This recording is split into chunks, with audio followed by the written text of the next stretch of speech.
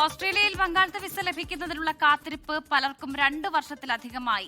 മനഃപൂർവ്വം വൈകിക്കുന്നതല്ലെന്ന വിശദീകരണവുമായി എത്തിയിരിക്കുകയാണ് ഇമിഗ്രേഷൻ മിനിസ്റ്റർ. രാജ്യത്ത് ബ്രിഡ്ജിംഗ് വിസകളിൽ കഴിയുന്നവരുടെ എണ്ണം 4 ലക്ഷം കടന്നു. ഓസ്ട്രേലിയയിൽ നിന്നും ഫെനീന മാത്യു തയ്യാറാക്കിയ റിപ്പോർട്ട് കാണാം. സ്പൗസ് വിസ വൈകിക്കുന്നത് കുടിയേറ്റ നിയമങ്ങളുടെ ലംഘനമല്ലെന്ന് ഇമിഗ്രേഷൻ മന്ത്രി ടോണി ബർഗ്. നെറ്റ് മൈഗ്രേഷൻ നിരക്കുകൾ കുറച്ചു കാണിക്കാൻ സർക്കാർ മനഃപൂർവ്വം സ്പൗസ് വിസ നടപടികൾ മന്ദഗതിയിലാക്കുകയാണെന്ന ആരോപണങ്ങൾ ഓസ്ട്രേലിയൻ ഇമിഗ്രേഷൻ മന്ത്രി ടോണി ബർഗ് നിഷേധിച്ചു. നിലവിൽ സ്പൗസ് വിസ അപേക്ഷകൾ പ്രോസസ് ചെയ്യുന്നതിൽ 2 വർഷത്തോളം കാലതാമസം നേരിടുന്നുണ്ടെന്ന് മന്ത്രി സമ്മതിച്ചു. എന്നാൽ ഇത് ഭരണപരമായ കാലതാമസം മാത്രമാണെന്നാണ് അദ്ദേഹത്തിന്റെ വിശദീകരണം.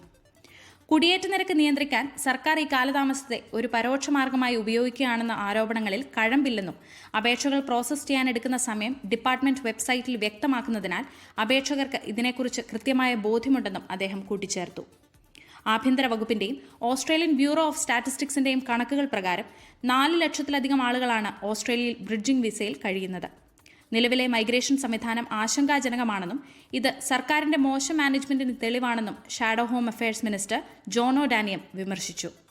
വിസ സ്റ്റാറ്റസിൽ അന്തിമ തീരുമാനമാകുന്നതുവരെ താൽക്കാലികമായി നൽകേണ്ട ബ്രിഡ്ജിംഗ് വിസകൾ സർക്കാരിന്റെ വീഴ്ച കാരണം ആളുകൾക്ക് ദീർഘകാലം രാജ്യത്ത് തുടരാനുള്ള മാർഗമായി മാറുകയാണെന്നും അദ്ദേഹം കുറ്റപ്പെടുത്തി.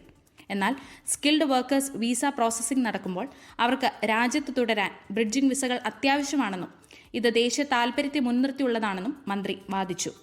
ഇതിനിടെ മലയാളികൾ ഉൾപ്പെടെയുള്ള ഇന്ത്യക്കാർക്ക് മറ്റു ചില രാജ്യക്കാരെ അപേക്ഷിച്ച് കൂടുതൽ കാലം സ്പൗസ് വിസയ്ക്ക് കാത്തിരിക്കേണ്ടി വരുന്നതായും ആരോപണമുണ്ട്. ഫെനീന മാത്യു, 24 ഓസ്ട്രേലിയ.